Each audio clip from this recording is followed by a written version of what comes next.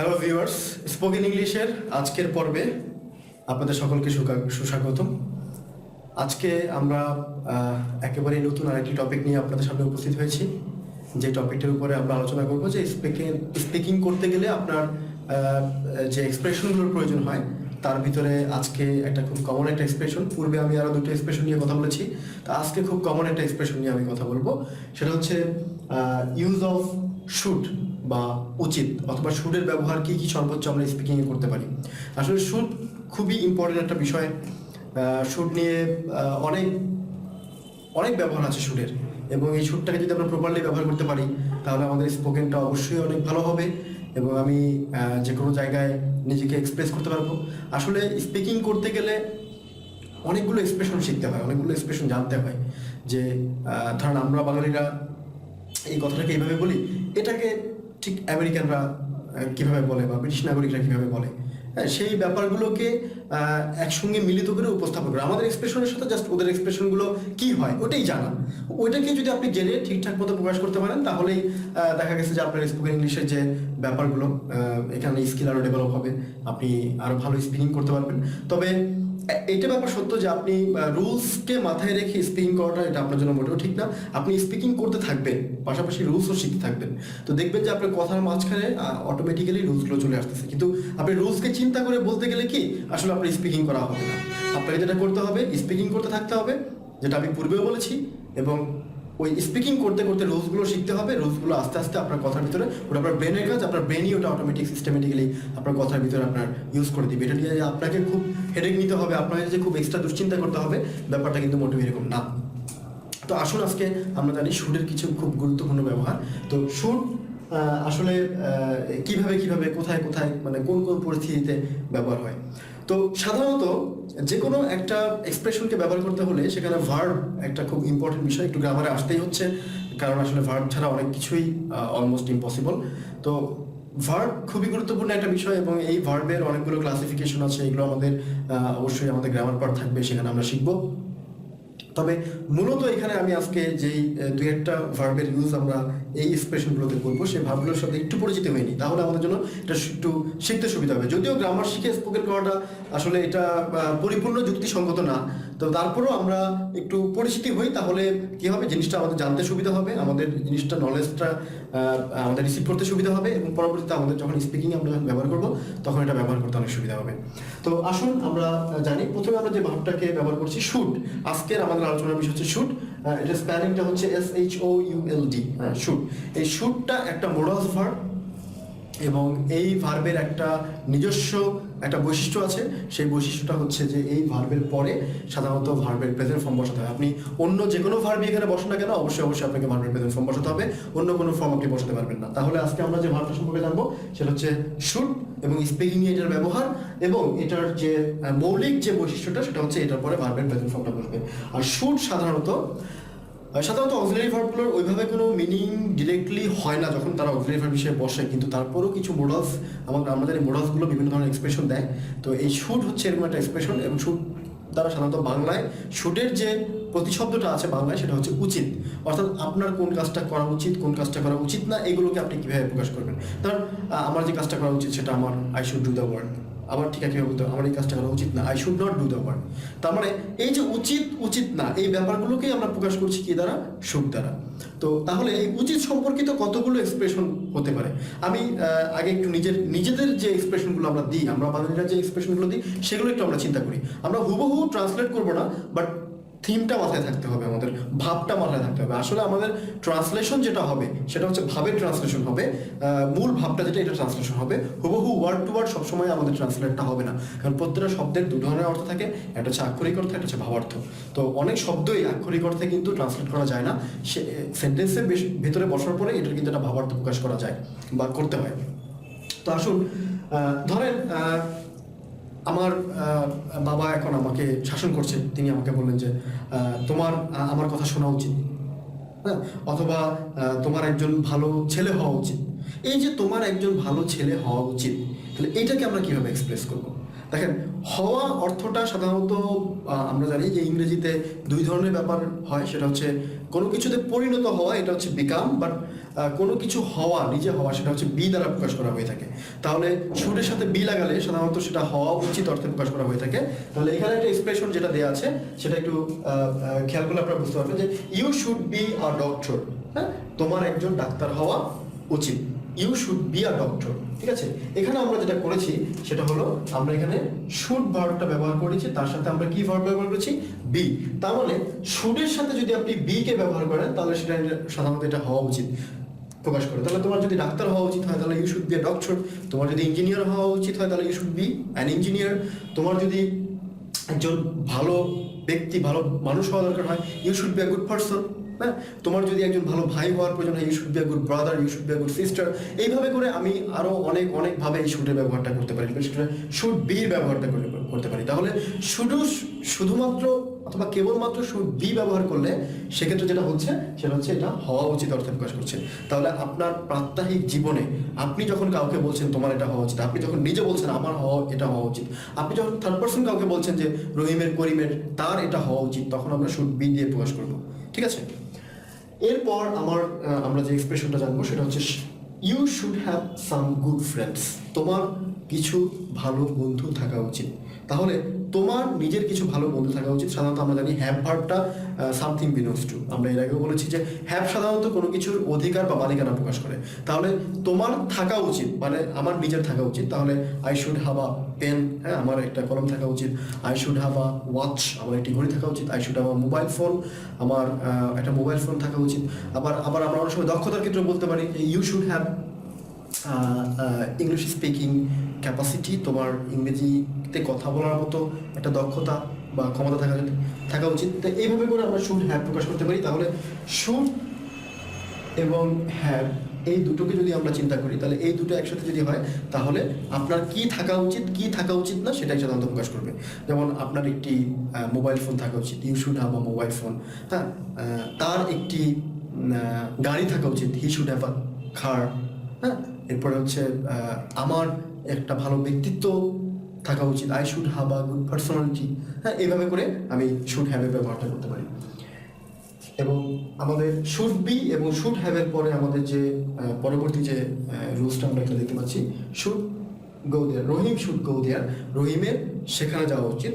তো রহিম should go দেয়ারে আমরা এখানে দেখতে পাচ্ছি শুড হয়েছে এবং শুডের সাথে একটা অ্যাকশন ভার্ব ইউজ করা হয়েছে। আপনারা খুব ভালো করে জানেন যে ভার্বগুলোকে দুটো ক্যাটাগরিতে ভাগ করা হয়েছে, একটা অ্যাকশন ভার্ব, একটা হচ্ছে স্ট্র্যাটিক ভার্ব। এখন স্ট্র্যাটিক ভার্বগুলো সাধারণত বি বা হ্যাভ হয় এবং অ্যাকশন ভার্বগুলো সরাসরি যদি কোনো কাজ করা বোঝায় তাহলে সেই কাজ করাটা বোঝায়। তাহলে শুডের পরে গোটা ব্যবহার করা হয়েছে। আর এর আগেই তো আমি আপনাদেরকে বলেছিলাম যে শুডের পরে সবসময় ভার্বের প্রেজেন্ট ফর্ম বা বেস ফর্মটা বসবে। তাহলে ইউ শুড গো দেয়ার, হ্যাঁ, বা রহিম শুড গো দেয়ার, রহিমের সেখানে যাওয়া উচিত। তাহলে শুডের সাথে আমি কি করেছি, গো বসিয়েছি। এরকম থাউজেন্ডস অফ ভার্ব আছে, মিলিয়নস অফ ভার্ব আছে, সবগুলো ভার্বকে যখন আমরা শুডের পরে বসিয়ে দিব তখন সেটা ঠিক একইভাবে করা উচিত, যাওয়া উচিত, খাওয়া উচিত, পড়া উচিত, ঘুমানো উচিত ইত্যাদি ইত্যাদি মিনিং দিবে।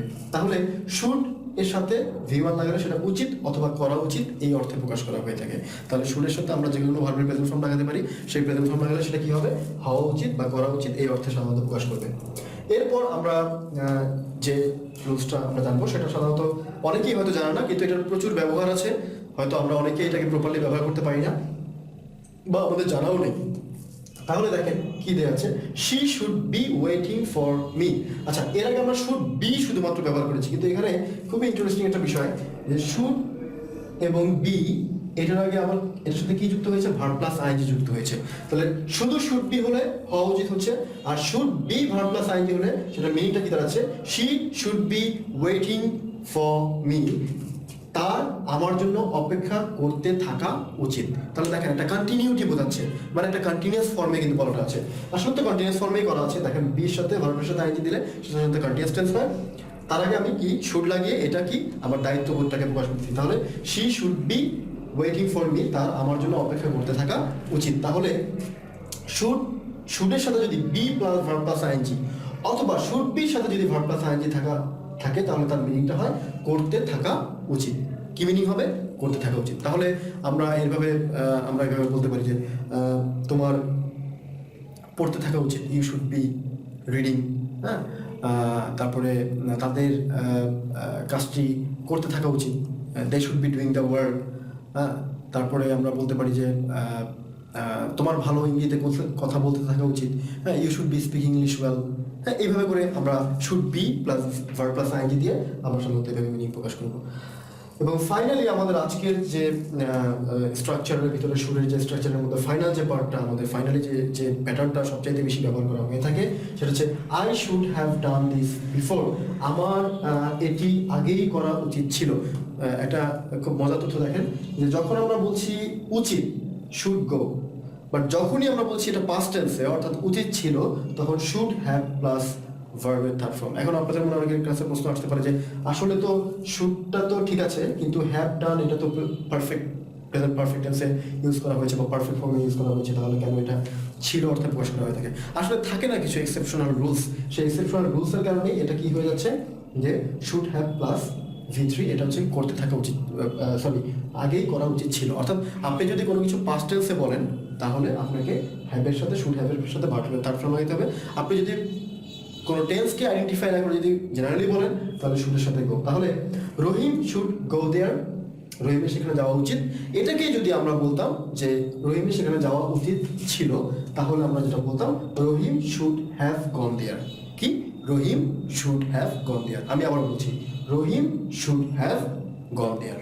ঠিক আছে? তাহলে রহিমের সেখানে যাওয়া উচিত ছিল। একইভাবে আপনি যদি এটাকে বলেন যে I should have done this before, আমার এটা আগেই করা উচিত ছিল, তাহলে এটাকে যদি আমরা বলতে চাই তাহলে এইভাবে করে বলতে পারি যে এটাকে যদি আমি এই ফর্মে যদি বলতে চাই, মানে করতে থাকা উচিত ছিল না, বর্তমানে উচিত আছে বা উচিত, তাহলে I should do this. I should do this, এখানে বিফোর দেওয়ার প্রয়োজন নেই, কারণ বিফোর দিলে এটা অতীতের একটা ব্যাপার বোঝাচ্ছে, তাই আমি বিফোরটাকে বাদ দিতে পারি যে আই শুড ডু দিস, আমার এটা করা উচিত। ঠিক আছে?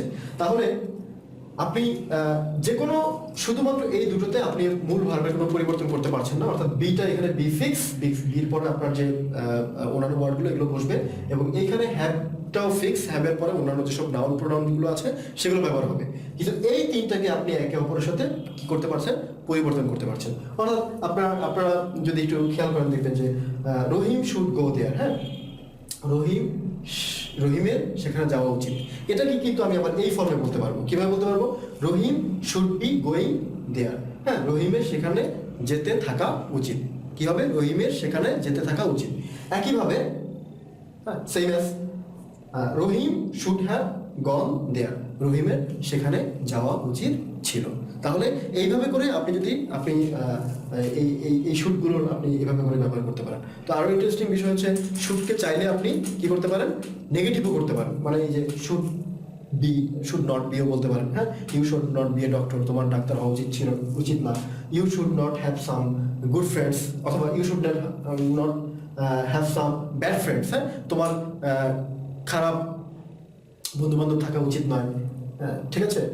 তারপরে আপনি এইভাবে করে V1 এটাকেও আপনি নট দিয়ে প্রকাশ করতে পারেন যে রহিম শুড গো দেয়ার, হ্যাঁ, রহিম শুড নট গো দেয়ার, রহিমের সেখানে যাওয়া উচিত নয়। তো এইভাবে করে নেগেটিভ ইন্টারোগেটিভের মাধ্যমে আপনি শুডের ব্যাপারটা করতে পারেন। তবে এখানে খুব ইন্টারেস্টিং একটা বিষয় যে শুড দিয়ে যদি কোনো প্রশ্ন করা হয়, সেই প্রশ্নটা অনেক ক্ষেত্রে অনুমতি চাওয়া সাপেক্ষে বোঝায়। যেমন আপনি যদি কোনো জব ইন্টারভিউ ফেস করতে চান, সেখানে হয়তো আপনি ইন্টারভিউয়ার যিনি স্যার বসে থাকবেন, তাকে হয়তো বা যদি আপনি বসতে চান, বা আপনি প্রবেশ করতে চাচ্ছেন, আপনি সেখানে বলতে পারেন শুড আই কাম, আমি কি আসতে পারি।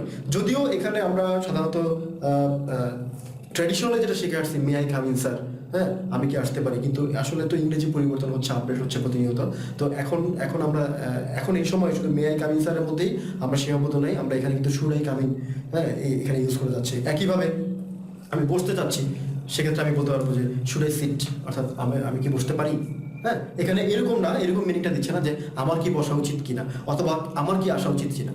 আসলে মিনিংটাই হচ্ছে এরকম, শুড আই কাম, আমি কি আসতে পারি, শুড আই সিট, আমি কি বসতে পারি। হ্যাঁ, এইভাবে অনুমতি চাওয়া সাপেক্ষে আপনি চাইলে শুড দিয়ে প্রশ্ন করতে পারেন। আর এছাড়াও তো শুড দিয়ে আপনি এইসব সেন্টেন্সকেও আপনি কোশ্চেন মেক করতে পারেন। হ্যাঁ, তার কি রহিমের কি সেখানে যাওয়া উচিত, শুড রহিম গো ওভার দেয়ার, রহিমের কি সেখানে যাওয়া উচিত। এইভাবে করে আপনি শুডকে সামনে এনে প্রশ্ন করতে পারেন, এখানে নেগেটিভ সেন্টেন্স মেক করতে পারেন, আবার এটাকে দিয়ে কী করতে পারেন, এই ধরনের এক্সপ্রেশনগুলো দিতে পারেন। তবে আজকের যে এক্সেপশনাল যে এক্সপ্রেশনগুলো যেটা আমরা জানলাম 4 এবং 5 নাম্বার, সেটা হচ্ছে শুড বির পরে ভার্ব প্লাস আইএনজি দিয়ে, অর্থাৎ এটা কন্টিনিউয়াস ফর্ম দিয়ে আপনি সেন্টেন্স মেক করতে পারেন। একইভাবে আপনি শুডের পরে হ্যাভ প্লাস ভি3 এটা পারফেক্ট ফর্ম দিয়ে আপনি সেন্টেন্স মেক করতে পারেন। যদি কন্টিনিউয়াস ফর্মে হয় তাহলে করতে থাকা উচিত, আর যদি পারফেক্ট ফর্মে হয় তাহলে করা উচিত ছিল, এই অর্থে প্রকাশ করে। তাহলে আমরা একটু সবগুলো আবার একটু রিভিউ দিই। তাহলে প্রথমে আমরা একটা স্ট্যাটিক ভার্ব বি ভার্ব দিয়ে আমরা যদি করি, তাহলে you should be a doctor, তোমার ডাক্তার হওয়া উচিত। এখানে বি ভার্বের ব্যবহার আছে, এবং শুড বি মানে মাথায় রাখতে হবে, আপনি শুধু কিওয়ার্ডগুলোকে মাথায় রাখবেন, হ্যাঁ, খুব বেশি কিছু মনে রাখার দরকার নেই, শুধু শুড বি মানে হচ্ছে হওয়া উচিত। এরপর আপনি যা আগে পড়া লাগাতে চান আপনি লাগিয়ে নেন, ঠিক আছে। একইভাবে শুড হ্যাভ মানে কি, থাকা উচিত। তাহলে শুড হ্যাভ দিয়ে আপনি যত পারেন সেন্টেন্স মেক করার চেষ্টা করেন। হ্যাঁ, মনে রাখবেন যে শুধু ভার্ব দিয়ে কিন্তু সেন্টেন্স মেক করা যায়, কিন্তু ভার্ব ছাড়া কিন্তু সেন্টেন্স মেক করা আসলে যায় না। আর সেক্ষেত্রে যদি আপনার কিছু ভুলভ্রান্তি হয়েও থাকে, কথা বলতে থাকেন, কথা বলতে বলতে বলতে বলতে আপনার যে ভুল যেগুলো আছে এগুলো আস্তে আস্তে সলভ হয়ে যাবে। ওকে, তারপরে শুড প্লাস ভি1, হ্যাঁ, উচিত বা করা উচিত ইত্যাদি প্রকাশ should be verb plus ING. এই তিনটা সেন্টেন্সের ক্ষেত্রে, অর্থাৎ 3, 4, 5 এই তিনটা সেন্টেন্সের ক্ষেত্রে কিন্তু শুধুমাত্র ভার্বের পরিবর্তন হবে, এদের ক্ষেত্রে কিন্তু ভার্বের কোনো পরিবর্তন হবে না। তাহলে এইভাবে করে তাহলে বির ব্যবহার দিয়ে, হ্যাভের ব্যবহার দিয়ে, ভি1 এর ব্যবহার দিয়ে, ভার্ব প্লাস আইএনজি এবং ভার্বের থার্ড ফর্ম এগুলোর ব্যবহার দিয়ে আপনি শুড দিয়ে অনেক অনেক বেশি সেন্টেন্স মেক করতে পারেন। এবং এটা প্র্যাকটিস করার জন্য আপনি চাইলে আজকেই খাতা কলম নিয়ে বসে পড়তে পারেন। হ্যাঁ, আপনি যেমন অনেকগুলো আপনার ছোটো ভাই বোনদের বই আছে অনেক, সেই বইয়ের ভিতরে ভার্বের লিস্ট আছে, সেই ভার্বের লিস্ট নিয়ে বসে এবার একটা করে সেন্টেন্স মেক করেন, ভার্বগুলো বসিয়ে দেন, এবং সেগুলো যখন লেখা শেষ হয়ে যাবে তখন এগুলোকে জোরে জোরে আপনি কী করেন, খুব দ্রুত প্রনাউন্স করার চেষ্টা করেন, এবং প্রনাউন্স করার চেষ্টা করে লিখে আপনার মাথায় ঢুকিয়ে রাখেন। আর এগুলোর ব্যবহারগুলো আপনি যখন ইংরেজি কথা বলবেন রেগুলার, আস্তে আস্তে আপনার ব্রেন অটোমেটিক্যালি আপনার মুখ দিয়ে এগুলো বের করে দেবে, আপনাকে এক্সট্রা এডিট নেওয়ার কোনো প্রয়োজন নেই। তো সব কিছু মিলিয়ে আমি এক্সপেক্ট করব যে আপনারা এই শুডের ব্যবহারটা প্রপারলি আপনাদের স্পিকিংয়ের ভিতরে করবেন। এবং আরেকটা কথা আবারও বলছি, সেটা হচ্ছে অবশ্যই গ্রামারকে চিন্তা করে কথা বলবেন না, কথা বলে যান, গ্রামারটাকে অটোমেটিক অর্থাৎ অ্যাকুরেসিটা অটোমেটিক চলে আসবে। আর আমাদের এই ভিডিওটি যদি ভালো লেগে থাকে তাহলে কি বন্ধুদের সাথে শেয়ার করবেন না, তাই তো? না, অবশ্যই অবশ্যই বন্ধুদের সাথে শেয়ার করবেন। এবং আপনার যদি কোনো মতামত থাকে তাহলে আমাদের কমেন্ট বক্সে মতামতটা জানাবেন। আর আপনাদের যদি কোনো কোশ্চেন থাকে, আপনাদের যদি কোনো এক্সপেকটেশন থাকে আমাদের কাছে যে আমার এই বিষয়ের উপরে একটা লেসন হলে ভালো হয়, এই বিষয়ের উপরে ভিডিও হলে ভালো হয়, তাহলে অবশ্যই অবশ্যই আপনারা আমাদেরকে মেইল করতে পারেন। আমাদের মেল অ্যাড্রেস আমাদের ডিসক্রিপশনে দেওয়া থাকবে, এবং অথবা আমাদের ফেসবুক গ্রুপে জয়েন করে সেখানেও আপনি চাইলে কমেন্টস করতে পারেন, অথবা সরাসরি আমাদের ইউটিউবের এই ভিডিওতে কমেন্টস করতে পারেন। আর যদি এখনও সাবস্ক্রাইব না করে থাকেন তাহলে আমাদের এই ভিডিওর নিচে সাবস্ক্রাইব বাটনে একটা ক্লিক করে এটা সাবস্ক্রাইব করে দিন। তো সেই পর্যন্ত সবাই ভালো থাকবেন, এবং নেক্সট ভিডিও দেখার আমন্ত্রণ জানিয়ে আপনাদের সকলকে অশেষ অশেষ অভিনন্দন।